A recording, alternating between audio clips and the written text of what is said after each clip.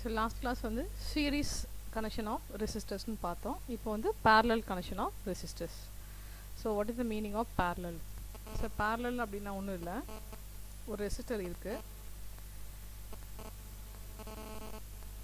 இதுக்கு parallel-ஆ ஒரு விஷயத்தை கொண்டு வரேன் அப்படின்னா அர்த்தம் என்னென்னா, இந்த ரெசிஸ்டருக்கு ரெண்டு எண்டு இருக்கும், ரெண்டு எண்டையும் வந்து இன்னொரு யாரோ ஒருத்தவங்க கனெக்ட் ஆக போகிறாங்க அப்படின்னா அவங்களுடைய ரெண்டு எண்டுமே வந்து இது கூட இருக்குது அப்படின்னு அர்த்தம், கனெக்ட் ஆகிருக்குன்னு அர்த்தம்.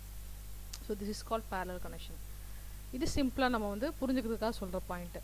ஓகே, டெக்னிக்கலாக சொல்லணும்னா என்ன அர்த்தம் அப்படின்னா, சப்போஸ் இந்த யாரை வந்து parallel கனெக்ஷன் இன்னொன்று எடுக்கிறோமோ அதுக்கு முன்னாடி வந்து கனெக்ஷன்ஸ் ஏதாவது வந்துக்கிட்டு இருக்கு அப்படின்னா, மெயின் கரண்ட் வந்து ஐன்னு இருந்துச்சு, இந்த ரெசிஸ்டரில் அந்த கரண்ட் வந்து பார்ட்டாக பிரிஞ்சு ஒரு I1 மாறுது.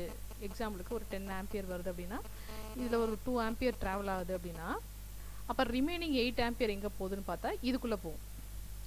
சரியா? அப்போ இந்த ரெசிஸ்டரும் இந்த ரெசிஸ்டரும் எப்படி இருக்குன்னு அப்போ சொல்லுவேன்னா, இப்போ டெக்னிக்கலாக பேசணும். So current is divided, current வந்து ரெண்டு பாயிண்ட்டுக்கு டிவைட் ஆகி போகுது. அகெயின் இன்னொரு பாயிண்ட் பேசலாம். இந்த ஜங்ஷன் பாயிண்ட்டு, இதுக்கு பேர் நோடுன்னு வார்த்தை சொல்லுவாங்க. ஸோ நோடுலேருந்து ரெண்டு பிரான்ச் வந்து ட்ராவல் ஆக ஆரம்பிக்குது. ஸோ இது மெயின் பிரான்ச்சு, மெயின் பாயிண்ட்டு. இந்த மெயின்லேருந்து அகெயின் சப்டிவிஷன் ஆகி ரெண்டு பிரான்ச் வந்து கிடைக்கிது நமக்கு. அப்போ இந்த மாதிரி கரண்ட்டு டிவைட் ஆகிறது அப்படின்னா, ஒரு ஒரு மெயின் பாயிண்ட்லேருந்து ஃபர்தராக டிவைட் ஆக போகுது அப்படின்னா, எங்கே டிவைட் ஆகுதோ அவங்க ரெண்டு பேரும் வந்து parallel கனெக்ஷனில் இருக்காங்கன்னு அர்த்தம். ஓகே, நம்ம புரிஞ்சுக்கிறதுக்கு என்ன பண்ணலாம் அப்படின்னா, எண்டு டு எண்டு, இந்த எண்டும் இன்னொரு யாரோ கனெக்ட் பண்ணுறோம் அப்படின்னா அவங்களுடைய கரஸ்பாண்டிங் ஒரு எண்டும் அவங்களோட இன்னொரு கரஸ்பாண்டிங் இன்னொரு எண்டும் இதோட கனெக்ட் ஆகிருக்கு அப்படின்னா தட் இஸ் கால் parallel. சீரீஸ்னால் என்ன சொல்லியிருந்தோம், ஒரு ரெசிஸ்டர் அதோட ஒரு எண்டு வந்து இன்னொரு ரெசிஸ்டரோட கனெக்ட் ஆகுது, பட் இந்த எண்டு எங்கேயோ போகுது, இந்த எண்டு எங்கேயோ போகுது. சரியா? அப்போ இந்த ரெண்டு எண்டுக்கும் சம்பந்தம் கிடையாது, இவங்க ரெண்டு பேருமே கனெக்ட் ஆகவே மாட்டாங்க, எங்கேயோ வேற எங்கேயோ லிங்க் ஆக போகுது. அப்போ ஒன்லி ஒன் லிங்க்கை மட்டும் நான் என்ன பண்ணுறேன் அப்படின்னா கனெக்ட் பண்ணியிருக்கேன். அப்போ இந்த கான்செப்டில் என்ன ஆகும், சப்போஸ் இங்கேருந்து ஏதோ ஒரு மெயினாக ஒரு கரண்ட் ஃப்ளோ ஆகிட்டு வந்துட்டுருக்கு அப்படின்னா இது வந்து சீரீஸ் கனெக்ஷன். இந்த எண்டு ஸ்டார்ட் ஆகுது, இதுக்குள்ளே ஒரு கரண்ட் என்ட்ராகும், இந்த ரெசிஸ்டர் பாயிண்டில்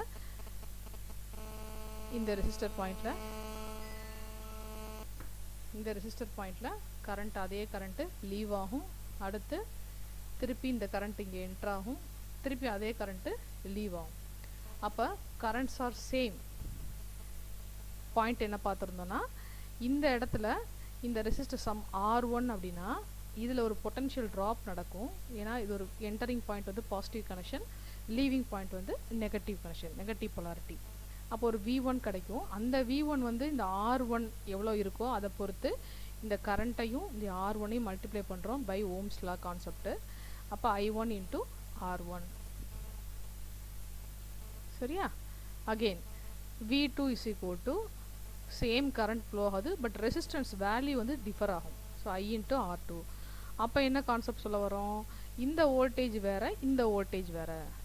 ஓகே, ஸோ அப்போ மெயினாக வந்து இவங்க ரெண்டு பேருக்கும் அக்ராஸாக நான் ஒரு வோல்டேஜ் கொடுத்துட்ருக்கேன் அப்படின்னா that voltage is divided.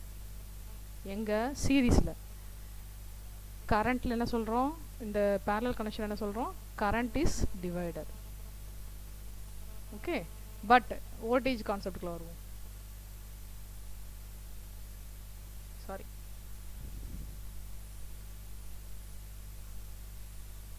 Voltage கான்செப்டில் வந்து என்ன சொல்லுவோம், இதுவும் சேம் பாயிண்ட்டு, இதுவும் சேம் பாயிண்ட்டு, அப்படியே பேரலாக பார்க்குற ஒரு விஷயத்த பேரலாக பார்த்தா சேம் தான் இருக்கும். அகெயின் இதுவும் சேம் பாயிண்ட்டு, இதுக்கும் வித்தியாசம் கிடையாது, ரெண்டுமே ஒரே விஷயந்தான், அப்போ சேம் வோல்டேஜ். ஓகே, அப்போ parallel கான்செப்டில் voltage same, current divide. Series கான்செப்டில் current same, voltage divide. Okay, point புரிஞ்சிச்சா? இப்போ அதுதான் பார்க்க போகிறோம். ஸோ நம்ம கேஸ் என்னென்னா resistors in parallel. So resistors in பேரலல்னா கேஸ் என்ன எடுத்திருக்கேன்னா ஒரு R1 ஒரு R2 ஒரு R3. இந்த சர்க்கியூட்டை இப்படி தான் வரையணுமா அப்படிலாம் கணக்கு கிடையாது. இந்த சர்க்கியூட்டை நான் சிம்பிளாக எப்படி வரைஞ்சி காமிக்கலாம் அப்படின்னா, இது ஒரு சப்ளை. இந்த சப்ளைலேருந்து எனக்கு வந்து ஃபஸ்ட்டு எடுத்தோன்னே ஒரு R1 ரெசிஸ்டரை பார்க்குறேன். ஓகே, கான்செப்ட் என்னது? Parallel connection. Parallel is nothing but இந்த எண்டும் அடுத்த பாயிண்ட்டோட சேமாக கனெக்ட் ஆகிருக்கணும், ரைட்டு. ஸோ R2 அடுத்து இந்த எண்டும் திருப்பி R3யோட கனெக்ட் ஆகிருக்கணும். அப்போ என்ன அர்த்தம்? R3 வந்து R2வோட பேரலாக இருக்குது. So this is call parallel connection. Okay, done. இப்போ இந்த சர்க்கியூட்டை இப்படி வரைஞ்சிருக்காங்களே, இது என்ன அர்த்தம்? இது அதே தான். இந்த ஷேப்பை வந்து கொஞ்சம் டிஃப்ரெண்ட்டாக வரைஞ்சிருக்காங்க. இந்த ஷேப்பை வந்து நான் வரைஞ்ச மாதிரி இப்படி வரைஞ்சி இப்படி கொண்டு போகாமல் இப்படி ஒரு ட்ரையாங்கிள் ஷேப்பில் இந்த மாதிரி பெண்ட் பண்ணி கொண்டு போயிருக்காங்க, அவ்வளோதான். ஓகே, ஸோ அல்டிமேட்டாக என்ன நடக்கணும்? பேரலல் கனெக்ஷனில் மெயின் கரண்ட்னு ஒரு கேரக்டர் இருக்கணும். அந்த மெயின் கரண்ட் வந்துட்டு இருக்கும்போது ஒரு நோடு பாயிண்ட்டை க்ராஸ் பண்ணும்போது அடுத்து சப் பிரான்ச்சாக நிறையா பிரியுது. சம் I1 கரண்ட் ஆகுது, ஒரு I2 கரண்ட்டாக மாறுது, I3 மாறுது அப்படின்னா அந்த பிரான்ச் எல்லாருமே எப்படி இருக்காங்கன்னு அர்த்தம்? They are in parallel. Otherwise நமக்கு புரிஞ்சுக்கிற மாதிரி நம்ம என்ன எப்படி எடுத்துக்கலாம்னா, ஆல் கனெக்ஷன்ஸ் ஆர் சேம். இந்த ரெண்டு பாயிண்ட்டுமே மீட் பண்ணும்போது எல்லாருமே சேம் பாயிண்ட்டில் மீட் பண்ணுவாங்க. இது அவ்வளோதான். இது ஒரு ஒயர் தான் போட்டிருக்கேன். இந்த ஒயரை நான் வந்து இந்த இடத்துல வந்து நீளமாக வரைஞ்சிருக்கேன். இது நீளமாக வரையாமல் நான் இப்படி கூட வரையலாம். ரெசிஸ்டர் R1 போடுறேன், அப்படியே இந்த இடத்துல வந்து R2 போடுறேன். கான்செப்ட் என்ன? ரெண்டு பாயிண்ட் மீட் ஆயிருக்கும், அவ்வளோதான். ரெண்டு எண்டு. அடுத்து R3 அப்படி போடுறேன். ஸோ இந்த பாயிண்ட் இப்படி இருக்குது. ஓகே, இதை இன்னும் கூட இப்படி வரையலாம். இப்படி வரைகிறேன். R1 R2. கான்செப்ட் என்னென்னா எல்லாருடைய ரெண்டு எண்டுமே வந்து சேம் பாயிண்ட்டாக இருக்கணும், அவ்வளோதான். R3. அப்போ R1 கூட இந்த R2 R3 எல்லாருமே வந்து பேரலாக இருக்காங்கன்னு அர்த்தம். ஓகே, அப்போ நான் இப்படியும் வரையலாம், இப்படியும் வரையலாம், இப்படியும் வரையலாம், இது இப்படியும் வரையலாம். ஸோ சர்க்கியூட்டை பார்த்து கன்ஃபியூஸ் ஆகிடக்கூடாது. பாயிண்ட் என்ன யோசிக்கணும் அப்படின்னா, கனெக்ஷன் டாட், இந்த டாட் நோடு கனெக்ஷன் வந்து பார்க்கணும். நோடுலேருந்து பிரியுதா, எப்படி பிரியுது அப்படின்னு பார்க்கணும். பிரியவே இல்லை, ஒன்றுமே பிரச்சனை இல்லை, ரெசிஸ்டர்ஸ் எல்லாம் இப்படி தான் போயிட்டுருக்கு அப்படின்னா ஒரு ரெண்டு இதோட ஒரு ரெண்டு மட்டும் தான் கனெக்ட் ஆகுது அப்படின்னா சீரீஸ். கண்ணை மூடிட்டு சீரீஸ்னு சொல்லிடலாம். இந்த எண்டு எங்கேயோ போகுது, இந்த எண்டு எங்கேயோ யாரோடய வேறு இன்னொரு எலிமெண்ட்டோட கனெக்ட் ஆகிருக்கு அப்படின்னா சீரீஸ். ஓகே, ரெண்டு எண்டுமே கனெக்ட் ஆகிருக்கு அப்படின்னும் போது that is call parallel. Okay, right. இப்போ இந்த கேஸில் வந்து மெயின் கரண்ட் IE பிரான்ச் வந்து இங்கே பிரிய ஆரம்பிக்குது. So I1 I2 I3 3 current கிடைக்குது. ஏன் I1 வச்சோன்னா இது R1 ரெஸ்ட் வழியாக ஃப்ளோ ஆகிறனால I1 பேர் வச்சுப்போம். I2 ஏன் வச்சோன்னா R2 வழியாக, I3 வந்து R3 வழியாக. Okay, done. அப்புறம் திருப்பி எல்லாரும் இங்கே தான் மீட் பண்ணுறாங்க. So parallel connection, this is call parallel. All the end points are same points, all the starting points are same points. Okay, அப்புறம் இந்த டோட்டல் என்ன அர்த்தம்? I1 I2 I3 பிரிய ஆரம்பிக்குது, திருப்பி எல்லாரும் சேர்ந்து இங்கே மீட் பண்ணுறாங்க. ஸோ என்டரிங் கரண்ட் எல்லாருலேயுமே இந்த கரண்ட் வந்து என்டர் ஆகி என்ன ஆகுது அப்படின்னா டோட்டல் கரண்ட் திருப்பி லீவ் ஆகும்போது இந்த இடத்துல வந்து டோட்டல் திருப்பி பழைய ஐயா மாறுது. ஓகே, ஸோ நம்ம என்ன சொல்லியிருப்போம்னா, கரண்ட்டு பாயிறதுக்கு, கரண்ட்டு ஃப்ளோ ஆகிறதுக்கு we have a closed path. ஒரு க்ளோஸ்டு பாத் இருந்தால் மட்டும்தான் கரண்ட் ஃப்ளோ இருக்கும். எங்கேயாவது டிஸ்கனெக்ஷன் இருந்துச்சு, கனெக்ஷன் இப்படி வந்து கட் ஆகிருக்கு அப்படின்னா என்ன ஆயிரும் அப்படின்னா there is no current. So this is call open condition. அப்போ ஓப்பன் கண்டிஷனில் நம்ம கரண்ட் ஃப்ளோ இருக்காது. இங்கே க்ளோஸ்டு பாத் இருக்கான்னு பார்க்குறோம். இது ப்ளஸில் ஆரம்பிக்குது. நம்ம என்ன சொல்லியிருந்தோன்னா எப்போயுமே பாசிட்டிவ் பொலாரிட்டி, சப்ளையோட பாசிட்டிவ் பொலாரிட்டியில் தான் கரண்ட்டு ஸ்டார்ட் ஆகும், நெகட்டிவ் பொலாரிட்டியில் தான் முடியும். ஸோ இப்படி சுற்றி இப்படி தான் வரும் கரண்ட்டு. சரியா? இது வந்து எந்த கரண்ட்டு? ஹோலோட டைரக்ஷன். ஏன்னா எலக்ட்ரான் வந்து இங்கே தான் இருக்குது, இங்கேருந்து இப்படி தான் கிளம்பி வரும். நம்ம எலக்ட்ரான் கரண்ட் டைரக்ஷன் எடுத்துக்கல. ஓகே, கன்வென்ஷனல் கரண்ட்டை எடுத்துக்கணும். எலக்ட்ரான் டைரக்ஷன் எடுத்துக்கிட்டோன்னா அது வந்து சப்ஜெக்ட் வந்து EDC, எலக்ட்ரான் டிவைசஸ் படிக்கிறீங்களா, அந்த சப்ஜெக்டில் தான் அதை எடுத்துக்கிறோம். இது circuit theory, circuit analysis. Circuit அனாலிசிஸில் வந்து வேர்டு ஃபுல்லாகவே இந்த கான்செப்ட் தான் எடுத்திருக்காங்க. கன்வென்ஷனல் கரண்ட் டைரக்ஷன், என்ன கரண்ட் டைரக்ஷன்? ஹோல்ஸோட டைரக்ஷன் தான் எடுத்திருக்காங்க. எல்லா புக்குலையும் இதான் சிம்பிள் போட்டிருப்போம். அப்போ நம்ம தான் கன்ஃபியூஸ் ஆகக்கூடாதுன்றக்காக நம்மளும் இதே ஃபாலோ பண்ணிக்கிட்டோம். ஓகே, ஸோ இப்போ இந்த கேஸில் வந்து I1 கரண்ட் எனக்கு வேணும். ஓம்ஸ்லாம் என்னது? V = I × R. Right. So அப்போ இந்த I1 கரண்ட் என்ன சொல்ல போகிறேன்? இந்த இடத்துல வந்து இந்த R1க்கு அக்ராஸாக ஒரு வோல்டேஜ் கிடைக்கும். நம்ம இப்போ தான் ஒரு விஷயம் சொன்னோம், இது பேரல். இந்த பாயிண்ட்டும் சேம் பாயிண்ட்டு தான். அப்போ இங்கே என்ன இருக்கோ அப்படியே டிட்டோ தான் இங்கே கிடைக்க போகுது. இது எப்படி சொல்லலாம்னா நான் ஒரு மல்டிமீட்டர் எடுக்கிறேன், லேபில் வந்து ஒரு மல்டிமீட்டர் எடுத்து இந்த பாயிண்ட்டில் வந்து ஒரு பாசிட்டிவ் பாயிண்ட் நெகட்டிவ் பாயிண்ட்டை வந்து மல்டிமீட்டர் பாயிண்ட்டை இங்கே வந்து டச் பண்ணி பார்க்குறேன். அப்போ நான் என்ன ஃபீல் பண்ணுவேன் அப்படின்னா, இந்த என்ன வோல்டேஜ் இருக்கோ அதை தான் என்னோட மீட்டர் வந்து ரீடிங் காட்டும். அதே விஷயம் தான் இங்கே இருக்குது. பேரலாக பாயிண்ட்டை பார்க்குறேன். So that V is same. So V's are same. Again current என்னாகும், இங்கே நோடு பாயிண்ட் வந்து நிறைய பிரான்ச்சாக பிரிய ஆரம்பிக்குது. ஸோ பிரிய ஆரம்பிக்குதுன்னும் போது கரண்ட் வந்து டிஃபர் ஆக ஆரம்பிக்குது. ஓகே, அப்போ எனக்கு வந்து யாரை நான் மெயினாக ஃபோக்கஸ் பண்ண ஆரம்பிக்கிறேன், கரண்ட்டாக ஃபோக்கஸ் பண்ண ஆரம்பிக்கிறேன், டிஃபர் ஆகிற கான்செப்டை எடுத்துக்கிறேன். So that I1. அப்போ V is equal to I into Rலேருந்து ஐயை நம்ம என்ன சொல்லலாம், V by Rன்னு சொல்லலாம். அதுதான் இங்கே எழுதியிருக்கோம். So V is same for all resistors. Again R is differs.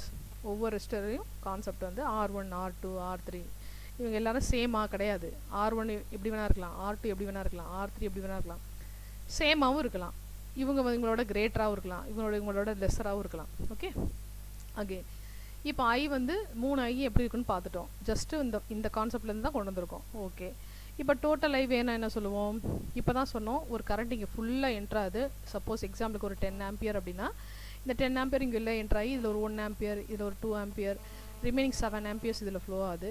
So 7 2 1 எல்லாம் ஆட் ஆகி இந்த பாயிண்ட்டை வந்து லீவ் ஆகும்போது திருப்பி 10 ஆம்பியர் தான் இங்கே இந்த பக்கம் வரும். ஓகே, அப்போ நான் என்ன பண்ணுறேன், கரண்ட்டை வந்து நத்திங் பட் சம்மேஷன். அப்போ இதுலேருந்து ஒரு சின்ன ரிலேஷன் என்ன தெரிய ஆரம்பிக்குதுன்னா, என்டரிங் கரண்ட், இது நோடுன்னு பேர், இதுக்கு பேர் ஜங்ஷன் பாயிண்ட்டுக்கு. So entering current is equal to leaving current. இந்த டைரக்ஷனில் கரண்ட் வந்து லீவ் ஆகுது. ஓகே, இன் ஏ க்ளோஸ்டு பாத். இதுதான் பாயிண்ட்டு. இது ஒரு க்ளோஸ்டு பாதை. இந்த க்ளோஸ்டு பாதையில் ஒரு கரண்ட் என்டர் ஆகுது இந்த பாயிண்டில், அடுத்த இந்த நோடுலேருந்து லீவ் ஆகுது. So that entering current is equal to leaving current. So this is entering current. இது வந்து இந்த 3 பேரும் பிரிய ஆரம்பிக்கிறாங்க, லீவ் ஆக ஆரம்பிக்கிறாங்க. ஸோ 3 பிரிய ஆரம்பிக்கிறாங்க. ஸோ இந்த பாயிண்டில் என்டர் ஆகிறது டோட்டல் கேபிட்டல் I, லீவ் ஆகிறது 3 விஷயம், I1 I2 I3.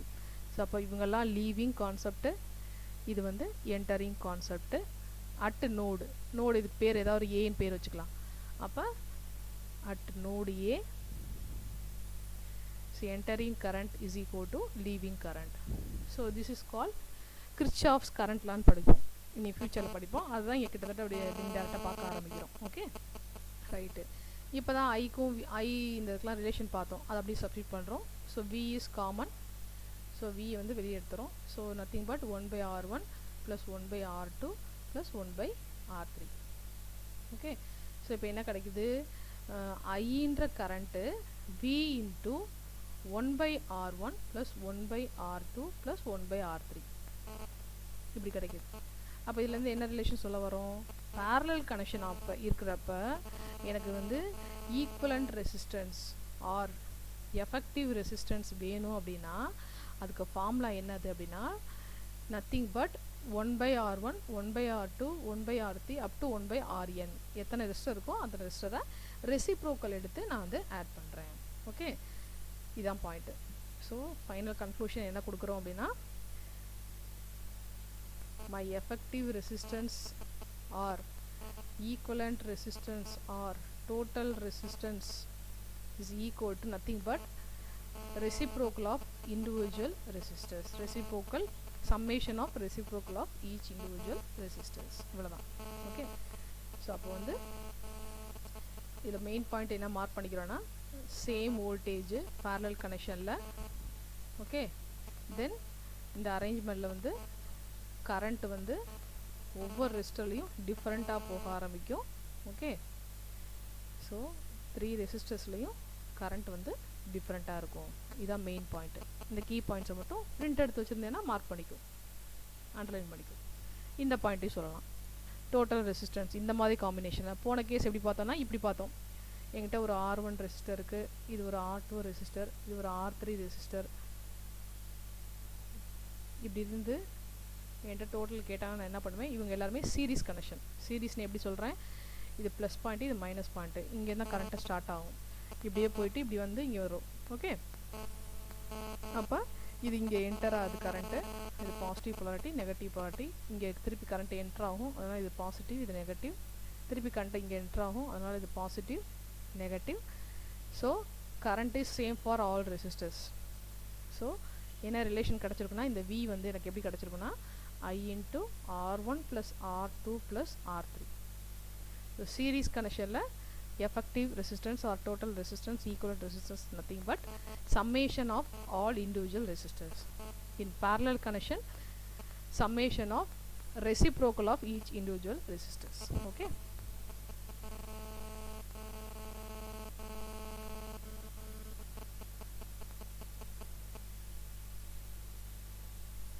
So in the figure lende final conclusion enna kudukurom appadina 1 by R effective is equal to 1 by R1 plus 1 by R2 plus 1 by R3. So இதான் point. இதை இன்னும் சிம்பிளா கூட பார்க்கலாம். எப்படி பார்க்கலாம்னா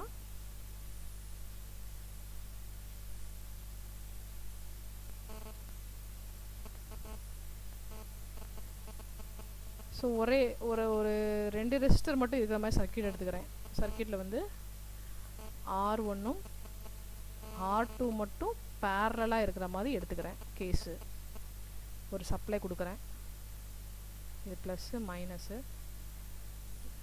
so current வந்து இப்படி தான் ப்ளஸில் தான் ஸ்டார்ட் ஆகும். ஸோ மேக்ஸிமம் கரண்ட் ஐயாக வருது. இந்த நோடு பாயிண்ட்டை க்ராஸ் பண்ணும்போது இதுக்குள்ளே ஒரு கரண்ட்டாக போகுது. இது வந்து R2. So I2. இந்த பக்கம் ஒரு கரண்ட்டாக போகுது. That is I1. ஸோ ரெண்டு கரண்ட்டாக பிரான்ச்சாக பெரியனால it is called parallel connection. இந்த ரெண்டு பேரும் பேரலாக இருக்கான்னு அர்த்தம். ஓகே. இப்போ என்கிட்ட இதுக்கு வந்து எஃபெக்டிவ் ரெசிஸ்டன்ஸ் டோட்டல் ரெசிஸ்டன்ஸ் கேட்டால் என்ன formula போடுவேன்னா R effective is equal to 1 by R1 plus 1 by R2. போன கேஸ் வந்து 3 ரெசிஸ்டர் இருந்தனால நம்ம வந்து 1 by R3 சேர்த்துக்கிட்டோம். இப்போ ரெண்டு கேஸ் மட்டும் எடுத்துக்கிறோம். ஓகே. இப்போ இதை என்ன பண்ணலாம், எல்சிஎம் எடுக்கலாம். R1 into R2, R1 plus R2. So இந்த கேஸ் எப்படி மாறுது அப்படின்னா sorry R effective is equal to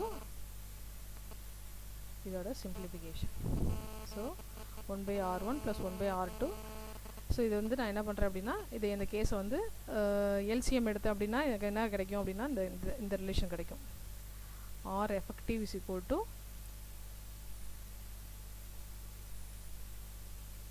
R1 into R2 divided by R1 plus R2. Okay. See that point. So 1 by R effective is equal to R1 plus R2 divided by R1 into R2. So நமக்கு R effective தான் வேணும். அப்போ இப்படி இதை reciprocal கான்செப்டை வந்து நம்ம வந்து எடுத்துட்டோம்னா இந்த R1 R2 மேலே போயிடும், இது கீழே வந்துடும். So R1 into R2 divided by R1 plus R2. இது ரொம்ப இம்பார்ட்டன்ட். 4 வருஷமும் இந்த ஃபார்முலா தான் அதிகமாக யூஸ் பண்ணுவோம் நம்ம. ஓகே. ஸோ என்ன சொல்ல வர்றாங்க அப்படின்னா ரெண்டு ரெசிஸ்டரும் சமமாக இருந்துச்சுன்னா என்ன நடக்கும்? ஒன்றுமே இல்லை, ரெண்டு பேரும் சமம். இவங்க வந்து ஒரு சமம்னு சொல்லும் போது என்ன சொல்லலாம், ஈக்குவல்னும் போது R1 by 2, அதாவது பாதியாக ரெண்டு பேருமே 0.5 இன்ட்டு சம் 6, இவங்க 0.5 இன்ட்டு சிம் 6, அந்த மாதிரி கான்செப்ட். அப்போ என்ன ஆகும், ரெண்டு பேரும் ஈக்குவல்னும் போது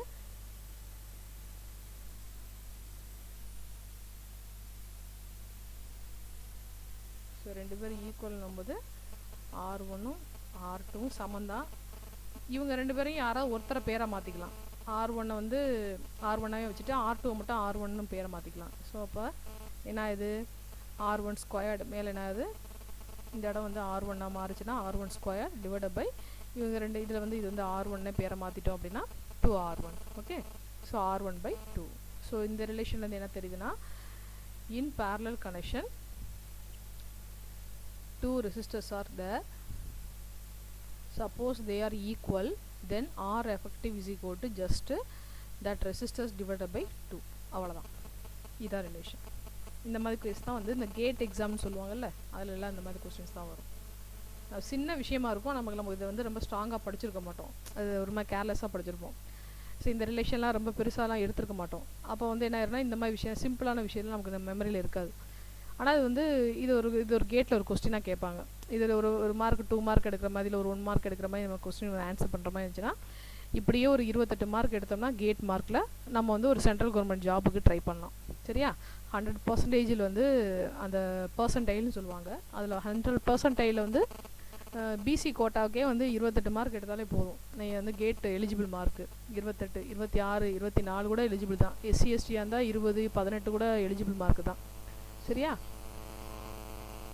அப்போ வந்து என்ன ஆயிரும் அப்படின்னா உனக்கு வந்து இந்த மார்க் ஸ்கோர் பண்ணுறதுக்கு இந்த சப்ஜெக்ட்லாம் வந்து இது வந்து சர்க்யூட் அனாலிசிஸ் வந்து உனக்கு கிட்டத்தட்ட ஒரு 8 மார்க்லேருந்து 10 மார்க் கேள்வி வரும்.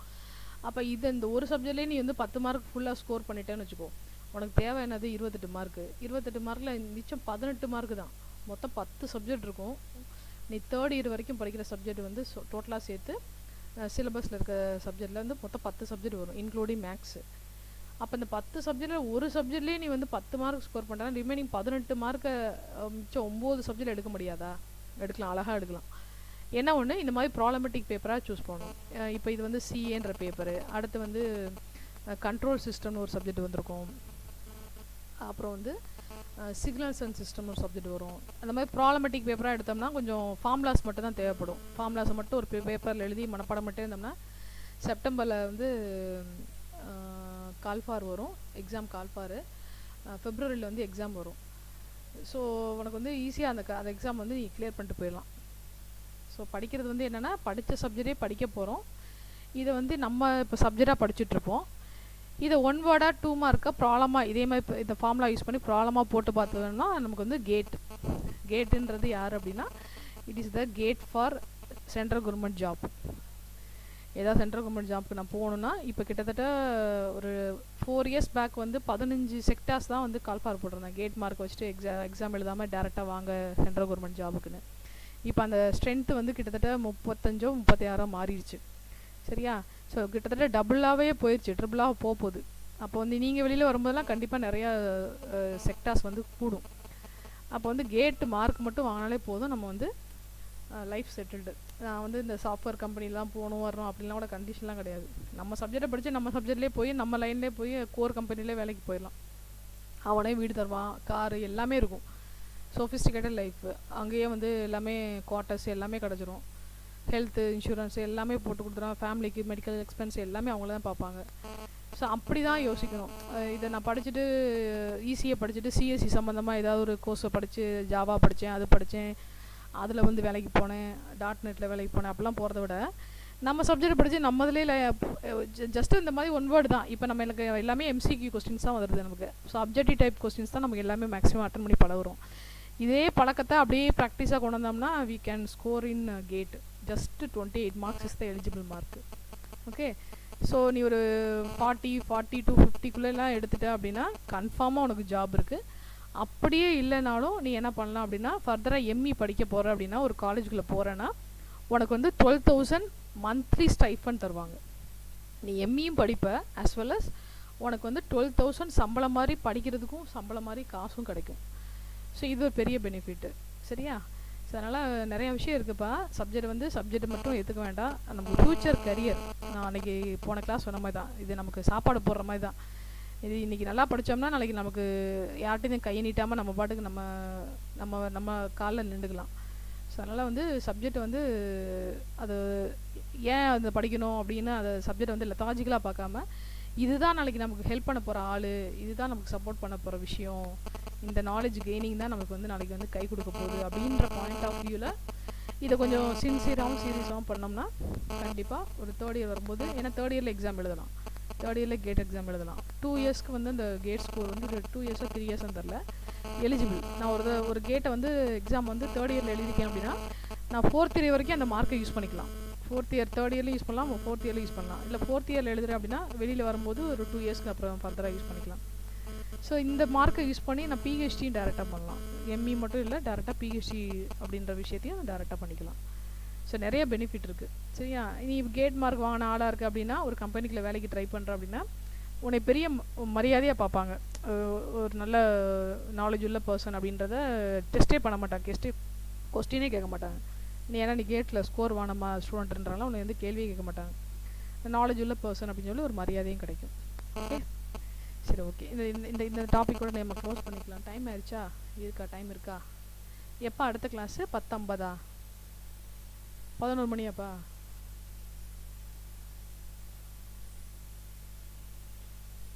ஓகே, இன்னும் ஒரு 10 minutes மட்டும்.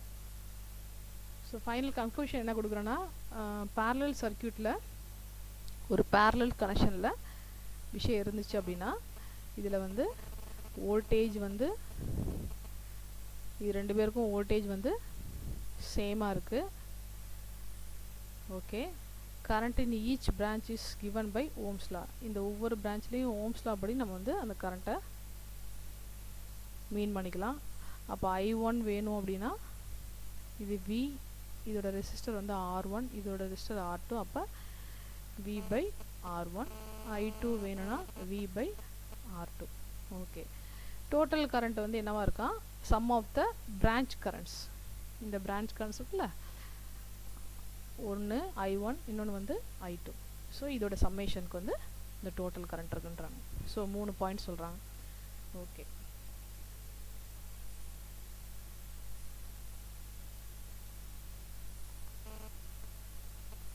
So division of current in parallel circuit. இதை நம்ம இப்போ பேரலாகவே பாயிண்ட்டை பார்த்துட்டோம். என்ன பார்த்தோம் அப்படின்னா, ஒரு டோட்டல் கரண்ட் இருக்குன்னா ரெண்டு பாயிண்ட்டுமே ஒரு இந்த ரெசிஸ்டருடைய ரெண்டு எண்டுமே இன்னொரு ரெசிஸ்டருடைய ரெண்டு எண்டோட கனெக்ட் ஆகிருக்கு. அப்போ இவங்க ரெண்டு பேரும் பேரலல் கனெக்ஷனில் இருக்காங்க. ஓகே, அப்போ என்ன ஆகும், இந்த நோட் பாயிண்ட்டை கிராஸ் பண்ணும்போது this entering current I is divided into leaving currents I1 and I2. Okay, again இங்கே வந்து ரெண்டு பேரும் I1 I2வும் என்டர் ஆகிறாங்க. இந்த பாயிண்டில் ஒரு விஷயம் லீவ் ஆகுது. அது என்னதுன்னு பார்த்தா டோட்டல். இதே டோட்டல் தான் இங்கேயும் லீவ் ஆகுது. ஓகே ஓகே, அப்போ நோடு ஏல என்ன நடக்குதுன்னா, இதை நோடு ஏன்னு வச்சுக்கிறேன். ஸோ நோடு ஏல வந்து so I am getting the result that I is equal to I1 plus I2. So this is entering current, this is leaving current. Okay, again இதுக்குள்ளே வந்து ஒரு வோல்டேஜ் இருக்குது, இதில் பேரலாக ஒரு வோல்டேஜ் இருக்குது, இதுக்கு பேரலாக ஒரு வோல்டேஜ் ட்ராப் இருக்குது. என்டர் கரண்ட் என்டர் ஆகிறனால இது வந்து பாசிட்டிவ் போலாரிட்டி, இது நெகட்டிவ் போலாரிட்டி, இது பாசிட்டிவ் போலாரிட்டி, இது negative polarity. Positive to negative வந்து ட்ராவல் ஆகிறனால கரண்ட் ட்ராவல் ஆனால் இது வந்து voltage drop concept. Okay, current வந்து இப்படி போகுது, இப்படி கிளம்பி இப்படி வந்து, சரியா, இப்படி வந்து இப்படி வருதுல்ல. அப்போ வந்து இது என்னது, நெகட்டிவ்லேருந்து பாசிட்டிவ் நோக்கி நான் கரண்ட்டு போகுது. ஸோ இப்படி தான் போகிறேன், நான் ட்ராவல் பண்ணுறேன். அப்போ இது என்னது, negative to positive travelling of current இந்த வோல்டேஜ் சோர்ஸை கிராஸ் பண்ணும்போது. அதனால தான் இது வந்து வோல்டேஜ் கெயின்னு சொல்கிறோம். இது ட்ராப்பு, இதுக்குள்ளே ட்ராப் ஆயிடுது, இதில் வந்து கெயின் பண்ணுறோம். மைனஸ் டு ப்ளஸ் ட்ராவல் ஆகுது கரண்ட்டு, இங்கே ப்ளஸ் டு மைனஸ் ட்ராவல் ஆகுது. இந்த கரண்ட் வந்து இப்படி பார்த்தீங்கன்னா இதுக்குள்ளே வரும்போது உள்ளே என்டர் ஆகுது, ப்ளஸ்லேருந்து மைனஸ் பொலாரிட்டி பக்கம் வருது. ஸோ அதனால் வந்து வோல்டேஜ் ட்ராப் கான்செப்ட்டு. இங்கே மைனஸ் டு ப்ளஸ்ஸு, ஏன்னா கரண்ட் இப்படி போய் இப்படி வந்து இவங்க இதில் போயிட்டு, சரியா, இப்படி தான் வருது. அப்போ மைனஸ் டு ப்ளஸ்க்கு தான் ட்ராவல் ஆகுது. அதனால தான் வந்து இது வந்து வோல்டேஜ் கெயின் ஆர் வோல்டேஜ் ரைஸுன்ற வார்த்தை யூஸ் பண்ணுவாங்க மெயினாக, சரியா. ஸோ வோல்டேஜ் ரைஸ், இங்கே கரண்ட் என்ட்ராது, ப்ளஸில் என்ட்ராது, மைனஸில் லீவ் ஆகுது. So that this is called voltage drop concept. So plus to minus வந்து கரண்ட் இருந்துச்சுன்னா, ப்ளஸ்லேருந்து மைனஸ்க்கு இருந்துச்சுன்னா this is called voltage drop concept. ட்ராப்னா அங்கே அந்த ரெசிஸ்டரில் ட்ராப் ஆயிடுதுன்னு அர்த்தம். மைனஸ் டு ப்ளஸுக்கு கரண்ட் வந்து ட்ராவல் ஆகுது அப்படின்னா வோல்டேஜ் வந்து ரைஸ்.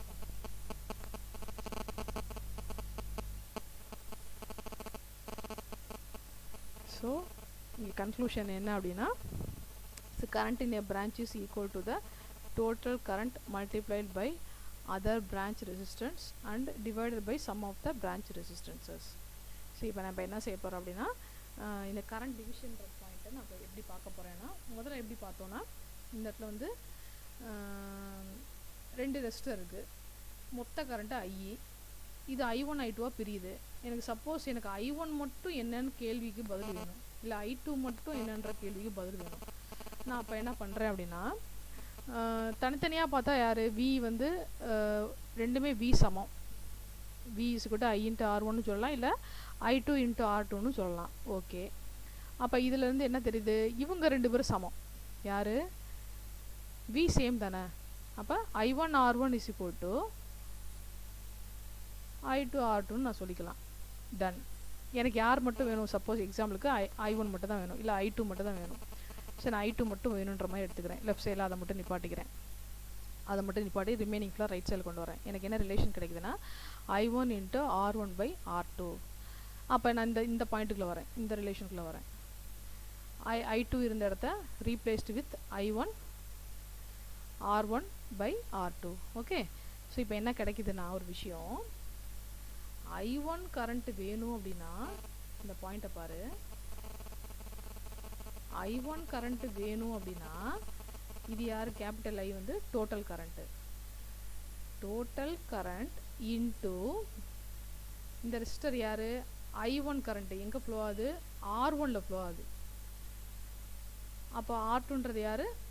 R1க்கு ஆப்போசிட்டில் இருக்க ரெசிஸ்டர். ஓகே. அப்போ இந்த கேஸை நான் எப்படி எழுதுறேன்னு பாரு. I need I1. சரியா? இது என்னது? R1 ரெசிஸ்டரில் இருக்க current. Okay. Total current into opposite resistor divided by sum of the resistances. So எப்படி எழுதுறோம்? I need I1, I have total current into I1 யாரில் இருக்கும்? R1ல ஃப்ளோ ஆகிட்டு இருக்கும். பட் நான் இங்கே நியூமரேட்டரில் என்ன போடுறேன் அப்படின்னா R2 போடுறேன், ஆப்போசிட் ரெசிஸ்டர் போடுறேன், divided by sum of the resistances. அந்த லூப்புக்குள்ளே எத்தனை ரெசிஸ்டர் இருக்கோ அந்த ரெசிஸ்டன்ஸ் எல்லாத்தையும் சம் பண்ணிக்கிறோம். ஓகே. ஸோ அப்போ ஃபைனல் கன்க்ளூஷன் என்ன அப்படின்னா, சப்போஸ் I1 அப்படின்னா total current into opposite resistor divided by sum of the resistance. I2 வேணும்னா total current into opposite resistor, ஏன்னா I2 அப்போ R1 divided by R1 plus R2. So the current in a branch is equal to the total current multiplied by other branch resistance and divided by sum of the branch resistances. So this is the case. அப்போ division of current in parallel circuitல ஒரு சின்ன விஷயம் கிடைக்குது. என்ன கிடைக்குதுன்னா அப்படின்னா, அந்த divide ஆகிற கரண்ட் எவ்வளோ நம்மகிட்ட கேள்வி கேட்டாங்கன்னா நம்ம என்ன பண்ணுறோம் அப்படின்னா, இது R1 ரெசிஸ்டருடைய current, total current into R1 அப்படின்றனால அதுக்கு ஆப்போசிட்டில் இருக்கிற ரெசிஸ்டரை நியூமரேட்டரில் போடுறோம், சம் ஆஃப் த ரெசிஸ்டன்ஸை கீழே டினாமினேட்டரில் போகிறோம். அடுத்து I2 வேணும் அப்படின்னா இது யாரில் ஃப்ளோ ஆகுது? R2 வழியாக ஃப்ளோ ஆகுது. டோட்டல் கரண்ட் இன்ட்டு R2க்கு ஆப்போசிட்டில் யார் இருப்பா? R1 divided by sum of the resistances. Okay.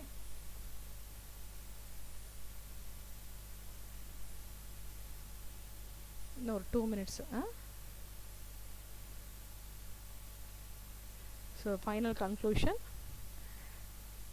parallel சர்க்யூட்டுக்கும் சீரிஸ் சர்க்யூட்டுக்கும், parallel சர்க்யூட்டில் என்ன பார்த்தோம், சீரிஸ் சர்க்யூட்டில் என்ன பார்த்தோம் அப்படின்றத சம்மரைஸ் பண்ணியிருக்கோம். ஸோ எஃபெக்டிவ் ரெசிஸ்டன்ஸ் வேணால் என்ன பண்ணணும்? எல்லா ரெசிஸ்டரையும் ஜஸ்ட்டு சம் பண்ணால் போதும். இங்கே எஃபெக்டிவ் ரெசிஸ்டன்ஸ் வேணால் என்ன பண்ணணும்? இங்கே சர்க்யூட் எப்படி இருக்கும்? R1 R2 up to Rn வரைக்கும் எல்லாருடைய பாயிண்ட்டும் சேமாக இருக்கும், எல்லாருடைய பாயிண்ட்டும் சேமாக இருக்கும். Okay. So there is a main current I flows. branch current வந்து some I1 இருக்கும், இதுக்கு some I2 இருக்கும், இதுக்கு some IN இருக்கும். இந்த கேஸுக்கு R1 R2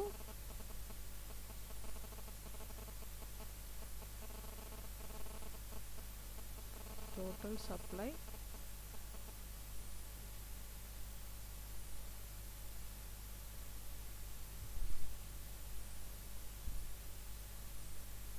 இது ப்ளஸ், இது மைனஸு, இது R1, இது R2, இது Rn.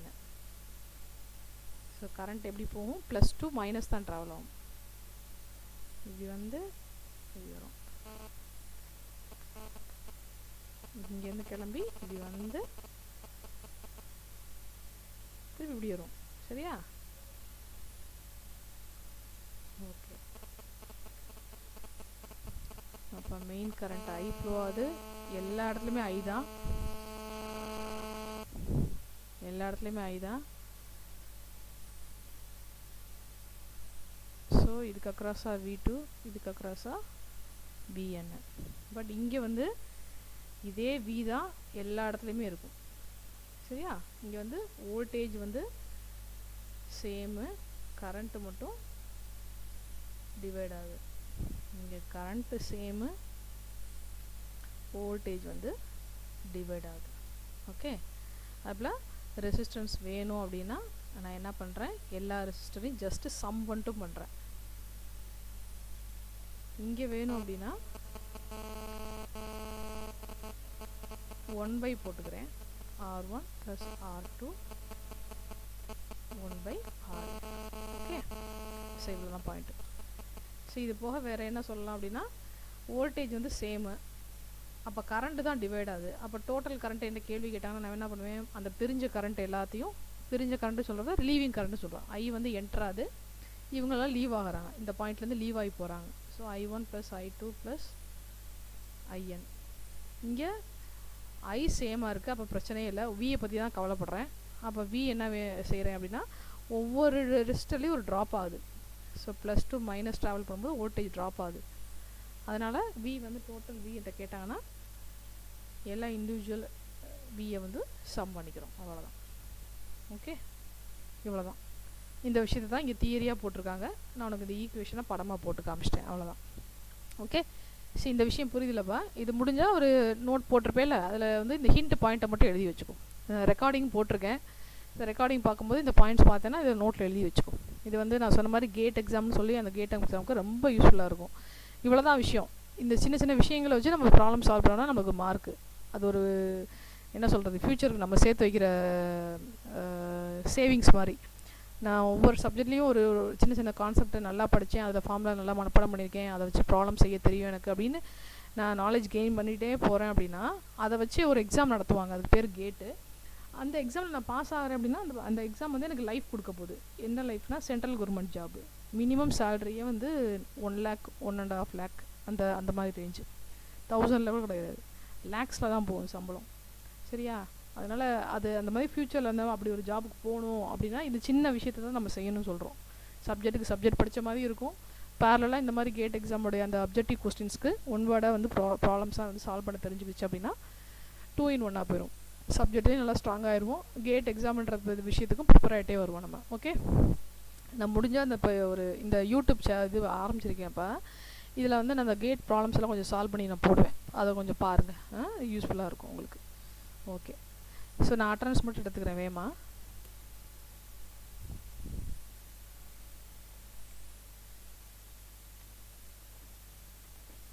அபர்ணா, ஜலால், நீ ஜலால் ஃப்ரெண்டு யாருப்பா சொல்ல சொன்னேன்ல.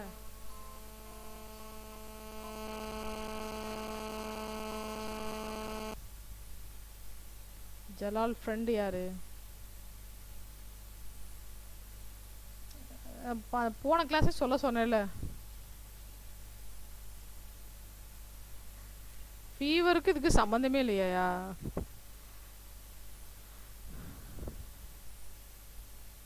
சரி, ஓகே. ஆனந்தன், ஆனந்தன், ஆனந்தன் யாருப்பா? இவங்களும் கண்டினியூஸாக கிளாஸ் ஆப்சண்ட்டு, ஒன்றும் பிரச்சனை இல்லை. இனிகோ, விநாயகி, ஜபா, கிறிஸ்டின் ஜபா, ஒரு கிளாஸ் ப்ரெசண்ட்டு ஒரு கிளாஸ் ஆப்சண்ட்டு. ஆனால் பிள்ளைங்களா இது வந்து அப்படியே அட்டனன்ஸ் ரிஃப்ளெக்ட் ஆகும். ஆன்லைனில் நாங்கள் அட்டனன்ஸு மார்க்லாம் என்ட்ரு பண்ணுவோம்ல, அப்போ வந்து இது அப்படியே ஆசிட்டிஸ் தான் என்ட்ரு ஆகும். அந்த என்ட்ரு ஆகிறதோடைய ரிஃப்ளெக்ஷன் வந்து ஹால் டிக்கெட் வந்து எலிஜிபிள் அந்த அட்டனன்ஸ் இல்லை அப்படின்னா வராது. அதையும் பார்த்துக்கோங்க. இது வந்து சாதாரணமாக எடுத்துக்க வேணாம் அட்டனன்ஸ் இதெல்லாம். அதனால் கொஞ்சம் சீரியஸாக கிளாஸ்க்கு மற்ற பசங்க வராத பசங்கள்ட்ட சொல்லிடுங்க. ராம், ஹேம்லதா, ஒரே நிமிஷம் ரெக்கார்டிங் க்ளோஸ் பண்ணாமல் இருக்கேன்.